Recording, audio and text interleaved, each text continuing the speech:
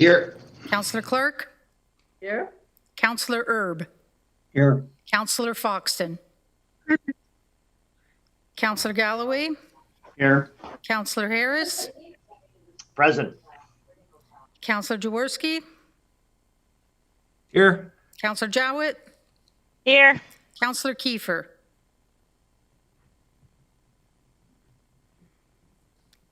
Councillor Kiefer? Councillor Lawrence? I'm here.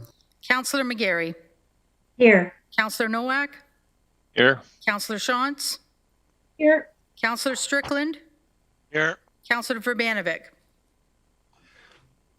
And call again for Councillor Kiefer? I'm sure he'll join us shortly. Press 1. So Present. Please remain on the line for the next available representative. Thank you. Councillor Kiefer? All right, all members present except for Councillors Kiefer and Verbanovic. Thank you very much. I would like to acknowledge that the land on which we gather virtually today is the traditional territory of the Haudenosaunee, Anishinaabe, and Neutral people. We acknowledge the enduring presence of the Indigenous people with whom we share this land today, their achievements and their contributions to our community. And it's a great sense of it being appropriate that we had another Indigenous vaccination at 150 Frederick today as well. Are there any declarations of pecuniary interest under the Municipal Conflict of Interest Act? Seeing none, I would turn the floor over to Dr. Wang, our Medical Officer of Health, to give us an update on COVID-19. Welcome, Dr. Wang. Sorry, thank you very much. So there was a docs issue earlier, so the presentation was lost. So I'm going to make some verbal remarks. If you'd like to leave a message in our general mailbox and somebody will respond. So the first slide I wanted to show was really our epi curve and just discuss a little bit where we're at. So our incidence rate in Waterloo region has begun to increase again as Ontario is experiencing a third wave. And we've had some additional cases since this weekend related to the large cluster of cases that we're seeing associated with the universities. Currently, the incidence rate is at approximately 50 cases per 100,000 per week. And across Ontario, the average incidence rate is approximately 100 cases per 100,000. We are currently managing 305 active cases and 17 active outbreaks. Taking into account interim data, our latest percent positivity is currently at 2.5%. Our latest reproductive rate is currently above 1, which reflects that our case rates have increased compared to last week. So we continue to monitor our indicators closely. We are continuing to see an increase in variant cases. And if I could show you the slide, you could see that we have now made an enhancement to our visual epi curve. And you can see the percentage of cases that are variant cases among all the cases. So what you'll see the next time you go onto our dashboard will be that variant cases are continuing to spread like everywhere in Ontario, although our percentage of variant cases still remains at this time lower than the Ontario average. It's something that is continuing to grow, and as it's continuing to grow, we have been able up until this point to still maintain relative control over our case rates, but it is a very precarious situation, and we do remain at risk, like we're seeing more and more every day in Ontario, elsewhere in Ontario, that is. We do remain at risk for a rapid increase in cases if we're not careful. So the next slide I was going to show you, unfortunately, does show that Ontario is at a very serious point overall. It would have illustrated that there are currently substantial impacts on Ontario's healthcare system because, not only have our overall case rates in Ontario reached or exceeded the levels that we're seeing at the beginning of the last shutdown in the province, but also compared to the time of the last shutdown in the province, the number of people hospitalized with COVID-19 in Ontario is 21% higher, and the ICU occupancy is 28% higher. So this is a very concerning provincial situation. And although we currently are not experiencing the same impacts, including in our hospitals, every day more areas in Ontario are seeing their case rates accelerate, and Waterloo region remains at risk for an acceleration in case rates, which is the natural evolution of COVID, unless it is slowed by all of us practicing and keeping up with public health measures. The next slide I was going to show was an infographic that we're creating to show what has happened with that large cluster that we reported on initially last week. And so approximately 2 weeks ago, the case and contact management team identified a large cluster of confirmed community cases that were connected to 5 social gatherings held between March 4th and 7th in private homes. Since then, there has been a significant number of additional cases identified as a result of secondary spread. And as of yesterday afternoon, there are now a total of 85 confirmed cases, 2 probable cases, and 75 high-risk close contacts associated with the initial cluster and secondary transmission, and now outbreaks at multiple on-campus locations have been declared as a result of this secondary transmission. Of the confirmed and probable cases, 63 are managed by Region of Waterloo Public Health and 24 are managed outside of the region by their home health unit. So we are working closely with our post-secondary partners to limit the spread. Due to the outbreaks identified at all the University of Waterloo residences, they have implemented a number of measures, including supporting self-isolation of cases and contacts, measures to limit contacts between students, where they can, and broader enhanced testing to assist us in helping to bring these outbreaks under control. So in closing, what I wanted to leave you with is that Ontario is in a third wave, and while our rates have not yet rapidly increased in the region, Waterloo region is not immune to a rapid acceleration. And the large cluster that has led now to significant community transmission underscores how quickly COVID can spread, especially with the variants. We do know that, vaccine supply has improved compared to what it was last month. But as I've mentioned before, with the vaccine supply that is anticipated to come into Canada, Ontario, and the region, in these upcoming several weeks, vaccination cannot be relied on as the solution to mitigate a third wave. And therefore, in conclusion, we must not let up with our public health measures. They are our best defense in a third wave. And I continue to urge everyone to please reduce their mobility and contacts where they can. And of course, avoid social gatherings with anyone outside of your household. So that was my update, and I'm happy to take any questions. Thank you. Thank you very much, Dr. Wang. Are there any questions for Dr. Wang on the update of COVID-19?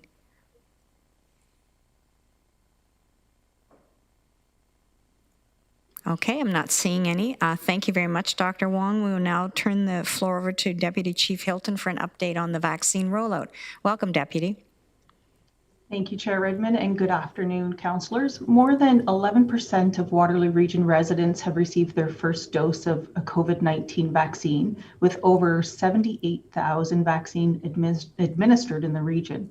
Last week, the region saw a consistent increase in the daily dose counts, with over 3,400 doses administered on March 29th and on March 30th. Our ramp-up plan, as presented to Council on March 17th, showed the planning and projections to ramp up to 10,000 doses a day and beyond, which of course is all dependent on vaccine supply and distribution. We have moved into phase 2 of the provincial vaccine rollout plan and opened pre-registration to more priority groups, including residents 60 years of age and older, faith leaders, and highest risk and certain high-risk health conditions residents, including one essential caregiver for those in the highest risk and high-risk health conditions. To date, over 100,000 residents have pre-registered for a vaccine, with over 70,000 who have been invited to. The largest clinic in the region opened at Pine Bush, Cambridge, and at the beginning of this week, the Boardwalk Clinic moved to a larger space in order to fulfill our ramp-up plan. On March 27th, we also saw the Elmira Family Health Organization begin to vaccinate their patients who are currently eligible for the COVID-19 vaccine. This clinic is the first pilot of a COVID-19 vaccine clinic in Waterloo Region in a small primary office. Primary care vaccination clinics are one of the 5 types of clinics being implemented by the Region of Waterloo COVID-19 Vaccine Task Force. We do know that the projections show a steady supply of Pfizer into the middle of May. However, there is no increase in the near future as we had originally projected in our ramp-up plan. We will continue to vaccinate thousands of residents a day, but not at the levels we were hoping to. Unfortunately, the supply of Moderna vaccine has become unstable, and about 2/3 of our immediate supply has been delayed, which impacted our clinics and our current appointments. Because of the delay, we were short to fulfill our commitment to the appointments already booked. We did lobby the province to assist in bridging the gap of the shortfall until our next shipment, so we didn't have to cancel appointments. However, we did have to make some decisions through contingency planning, and we did make the decision to delay the start of further pop-up and mobile clinics. We did close the Wellesley Clinic and were required to rebook approximately 130 appointments. However, in doing so, and in the meantime, and we are incredibly thankful for this, the province did notify us this afternoon that we will be receiving the Moderna vaccine to assist with the bridge we had asked for and lobbied for. We anticipate reopening Wellesley next week, and we'll continue to move forward with our planned mobile and pop-up clinics. We have primary care-led clinics ready to open further doors and clinics once we have an increase in steady supply of vaccine. I will close with, we do have the capacity and infrastructure in place and are ready to prepare to ramp up and continue with our plan. Thank you. Thank you, Deputy Hilton. Councillor Lawrence, please go ahead. Thank you, Madam Chair, and thank you, Deputy, for your presentation. Just a couple of things. You said 11%, which means 89% of the population of the region hasn't been vaccinated. I guess that's the way I think people would look at that. So we've got a long way to go. I just want to do a little follow-up on the vaccine availability. I'm not sure if we would know this, but has the region been treated the same way as all other areas of the province when it comes to vaccine shortages? Or have other areas been able to continue on without having to close any of their clinics while we had to close ours? I believe Mr. Lochner is going to dive into this one. Unless Shuli or Shirley wants to comment. They're waiting for you, Mr. Lochner. As Dr. Wang spoke last week, the distribution across the province has been varied. We have worked closely with the province, and the province is working to ensure equitable distribution across all of Ontario in the coming weeks. So they have heard our concern, and we are very grateful, as the deputy said, for a response as early as this afternoon, and we do expect that to continue. Some of the variation, as the board will appreciate, has been some of the piloting, for example, in pharmacies. And we have heard that we will be getting a pharmacy rollout very soon, and things like that, as well as distribution through primary care, will start to even out the distribution. But to date, it has been varied. Yeah, in fact, I would probably say all of this stuff is too little, too late. That's my opinion. Is there any assurances that this kind of thing is not going to happen again, that there's going to be more of an equitable distribution all across the province in your discussions?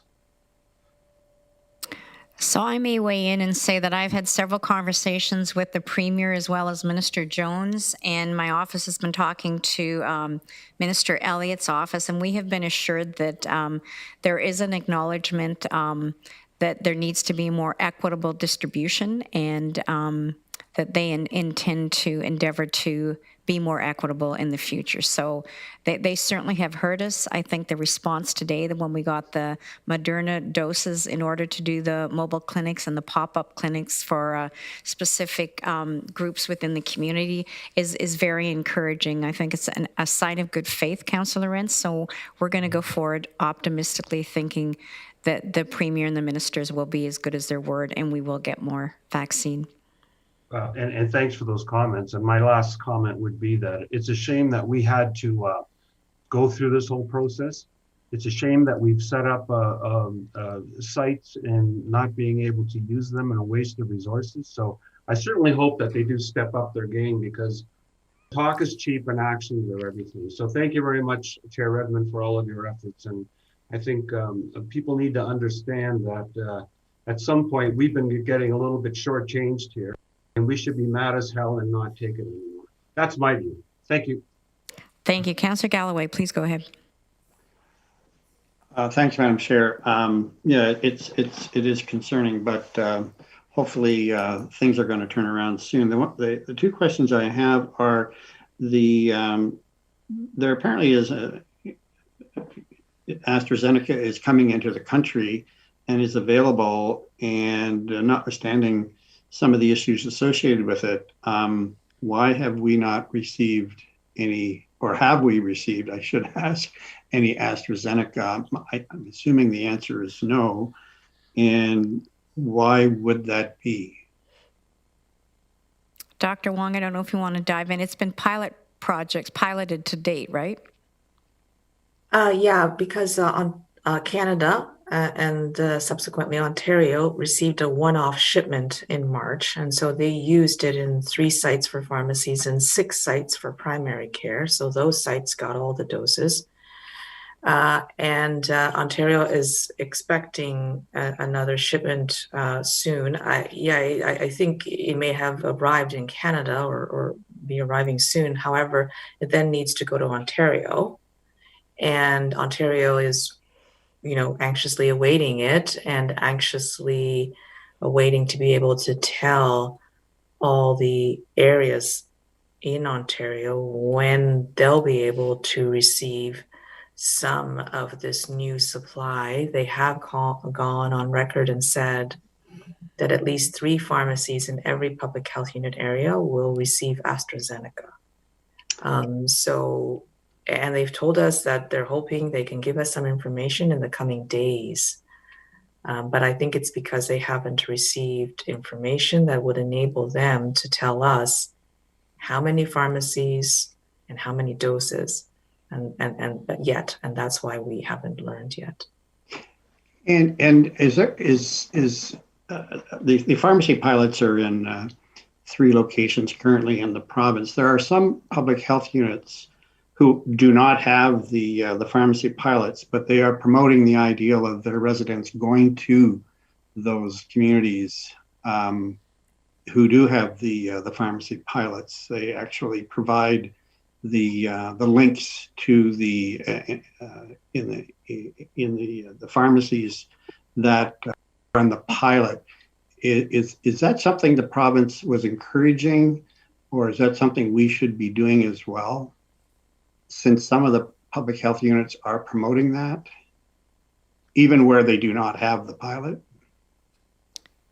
It has been the advice, and it continues to be advice of the province, including the health units who did receive the AstraZeneca in their pharmacies, that Ontarians should not travel for non-essential reasons outside of their areas. And so it isn't something that's promoted by the province. But there are some public health units who are promoting it. And I'm not suggesting we should. I'm just trying to square why some public health units are promoting traveling to the pharmacies in other jurisdictions in order to get vaccines, when it does seem a bit counterintuitive to suggest that people should be traveling to do that. Yeah, I'm sorry. I'm Yeah, I don't know. I don't expect an answer, actually, Dr. Wang. But, Mr. Lochner's prepared to weigh in if you want to hear his explanation, Councillor Galloway. Sure. Yeah, Councillor Galloway, through you, Madam Chair. I'm not sure if it's an explanation so much as acknowledging the point, and I just have to emphasize that our partners at the province, the ministry, our elected officials, have acknowledged this, that it had to start somewhere, and I'm confident, based on what the minister and premier have let the chair know, and we've heard as late as this afternoon, that will start to rectify itself in the coming weeks, perhaps as early as this weekend. So we are hearing rollout to pharmacies. I know that the premier announced 3 in each jurisdiction, and my understanding is we will have up to 18, if not 20, in this region rolling in the coming period. So, well, that's really good news, because we all know that that's a really important way of distributing, but also in the long term, pharmacies is probably going to be the solution. The other question I have is, as I navigate other public health units websites, and Deputy Hilton, you noted that we're at 11-point-some% of the population received a vaccination. There are some other units who are reporting that particular statistic as a product of eligible people of their community, and they're not including those who are 16 years of age and under, because they are currently ineligible. So they are showing a much better number than we are, based on the fact that they're using a much smaller population base than what we are. And I'm wondering if that is something the province allows or has any jurisdiction over, or whether we've considered whether or not we should be using that as our base population for eligibility in reporting that particular statistic. And I guess the secondary question to that is the 75% herd immunity or target objective, is it 75% of the entire community, of the entire population, or only the eligible population? I see Dr. Wang has unmuted herself, so maybe we'll let her take the first step. Yeah, I might try to answer the last question first. So we don't know what percentage of the population needs to be immunized to achieve herd immunity for COVID-19. It's something that remains to be seen. However, based on what we see with other infectious diseases, right now what the government is aiming for is to have 75% of our population immunized. And that's a goal both from the federal government and the provincial government. So I have always understood that as 75% of our population. So that's also one of the reasons I think we chose to go with percentage immunized of our entire population, because that would reflect, we would be consistent with the provincial and a federal goal. It might also be challenging to continuously change the denominator because in addition to children, and now we know that, Canada has recommended the pause of the administration of AstraZeneca to those the age of 55. And so, technically you could say, well, a percentage then are no longer eligible for that vaccine, at least for now. I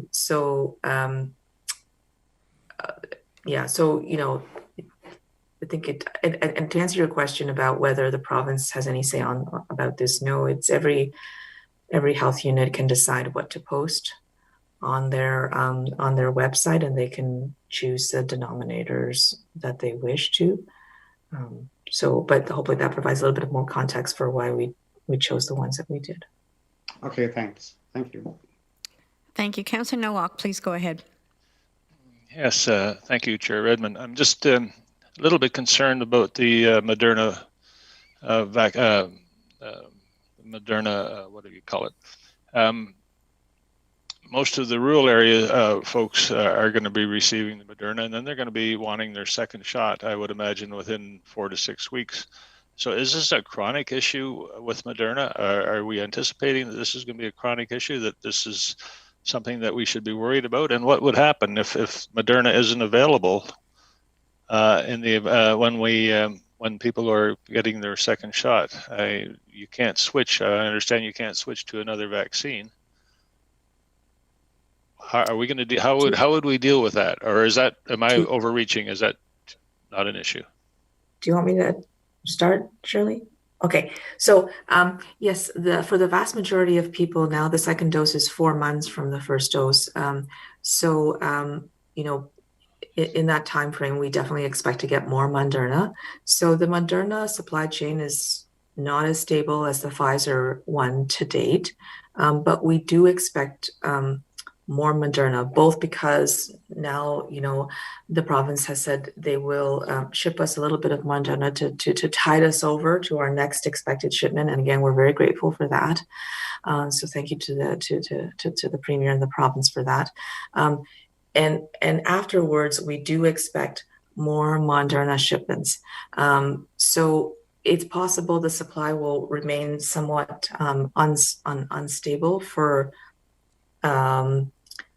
the next short period, but I anticipate, just like with Pfizer, the supply chain will improve and become more stable, not too long from now. So I'm not really worried about a continual supply shortage. We are anticipated to actually get more Moderna than we received in April. I just think that this is part of the normal supply chain issues that you can see when we first start to get some vaccines coming into Canada. Deputy Hilton, did you want to add to that answer at all? I think the only thing I will add is that where our shortfall was this particular time was not in what we knew our allocation would be. It was the delay in which it was coming to us.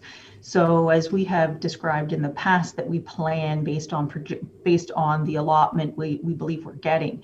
So when we project to the date of delivery, for instance, that's where we had our gap in terms of some of the appointments, was that that delay caused us some grave concern around those appointments. And so when the advocacy to the province, it was, can you please find or lend, or whatever the case may be, Moderna, to fill that particular gap until our next shipment. And it is simply because of how they delayed it. So it just speaks to how we're planning to when we receive the vaccine, to have it delivered to the various clinics to be administered. So I'm hopeful that we don't see further delays, but know that we have the projected allocation coming to our region as well. So if I just may, so we're not concerned that we won't have enough vaccine when it comes time for a second dose? I don't have any reason at this time to be concerned about that. Okay, thank you. Thank you. Mr. Lochner, go ahead. If I might add through you, Madam Chair, to Councillor Nowak's question, this is why I'm grateful for the leadership of Deputy Hilton and her team and all the folks at the region participating in this. If we just had, say, an influenza vaccine that we were rolling out to everyone, it was the same vaccine, it would be a lot easier. But the complexity you describe is exactly what they worry about every day, every moment, to make sure that you can all sleep a little better. So know that this is intricate work. And when we talk about it being a complex logistics undertaking, that small example that you give is so important because every person counts. And they, I can assure you, worry every single day about ensuring that we match second dose to the maximum or minimum time allowed. Thank you for that. I see no further questions. So Dr. Wang and Deputy Hilton, thank you very much for what I know you do all day, every day, and on top of all the other things you do, and the legion of people that you represent. Thank you for being so committed. Other business, we have an Economic Development Committee recommendation, and everybody should have received it electronically. Oh, Councillor Foxton, do you have a question or comment before we bid the deputy and doctor goodbye? Really quickly to Dr. Shee. Can you hear? A lot of people out there in the community want to know, do you believe we will stay in red zone for at least another week or two until we see what's going to happen after Easter? I know there was some discussion when we were lower in numbers in the 20s that we thought we might go down to orange. And a lot of us were concerned that if we go down to orange, Easter hits, cases go up, we go into lockdown again. That's awful for our communities. But if we could sort of hopefully stay in red and watch what happens to the 2-week period after Easter, that will give us a true count of where we should be. Is that the general feeling you're getting if things going to happen, or what do you think? Yeah, no, that's a good question. Thank you, Councillor Foxton. So based on our indicators this week, we're back in the red zone. And generally, the province looks for indicators to be stable for about 2 weeks in the lower zone before it moves an area to a lower zone. So we'd have to have our indicators go back down to orange zone levels, and then they'd have to be in those, in that range for about a couple of weeks before the province will actually lower us to that level. But you don't see us moving up in the next couple of weeks? That's what I was really asking. Moving up, I hope we don't move up as well. Moving up would be going into gray, going into shutdown. So I'm really hoping we can stay in red and keep trying to actually push our rates down. So I don't think I don't think we won't be moved because we're back in the red zone. So we won't be going down this week. And we'd have to be in orange zone for a couple of weeks before the province would move us actually to orange zone. So right now we're no longer in orange, we're back in red. So I don't think we'll have movement in the next weeks. Well, I thank you for that. That's my comfort zone right now is red. So thank you so much. Thank you, Councillor Foxton. So moving on, Tim Brubaker sent the Economic Development Committee recommendations electronically, and I believe that we have them and we can put them up on the screen share. These are moved by Councillor Jowett and seconded by Councillor Harris. And I don't know, Councillor Jowett, do you want to speak to these before we vote on them? Thanks, Chair Redmond. Just that I want to make sure Council knows just how incredibly hard staff has worked to respond to. Can you move your microphone up to your mouth? Oh, sorry. Thank you. That I move that all the time. I apologize. I just wanted to ensure that Council knows how hard that our economic development team and the committee, and certainly the economic development recovery team, have all worked really hard to respond both practically and strategically to the needs of not only business but our tourism and hospitality sector. Today's meeting demonstrated significant mental health issues with some sectors, actually probably all sectors, but certainly the SHE session was confirmed again, and we are seeing mental health on a specific demographic of our hospitality and tourism workers, which, you know, we'll acknowledge is a very social job and certainly is a proponent of that well-being challenge. So we've crafted quite a bit here. It was a marathon meeting. We've crafted a lot of motions here for your undertaking today, and hope that you are as happy as we are to be able to respond. I thank Chair Redmond for her advocacy and the way that she moved so quickly with that advocacy to the province and certainly the feds, and it certainly helped us gain some more funds moving forward to some real resolve. And I know that the business community showed or demonstrated significant appreciation, at least today when we kind of highlighted some of this, some of the motions that we were presenting today, certainly at a high level.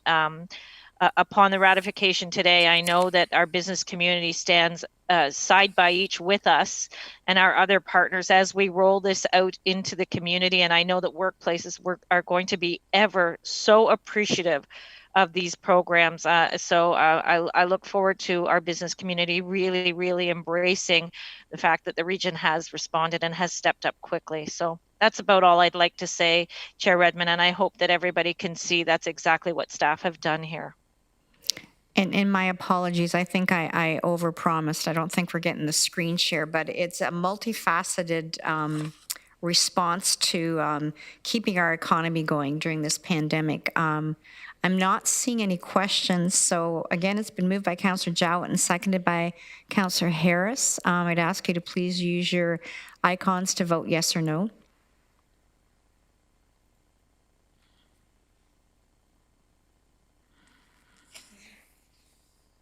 That is carried, colleagues. Thank you. It's great policy and a terrific, many very worthwhile interventions and supports for business. What I'm going to entertain now is a bylaw to confirm the proceedings of the Board of Health, which is Regional Council of the Regional Municipality of Waterloo at this regular meeting held March 31st, 2021. This is moved by Councillor Jaworski and seconded by Councillor Galloway.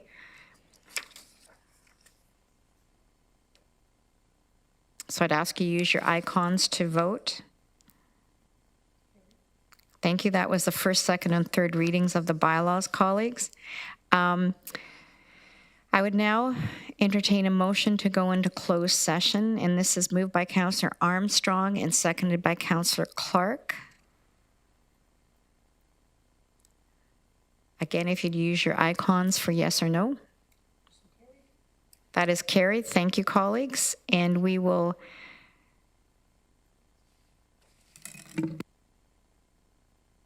okay, and we are going to go in camera, but a motion to adjourn is moved by Councillor Urban, seconded by Councillor Foxton, and that is that after close, the Board of Health adjourn, and I would ask you to use your icons to vote yes and no. That is carried, colleagues. I'm going to provide 7 minutes for you to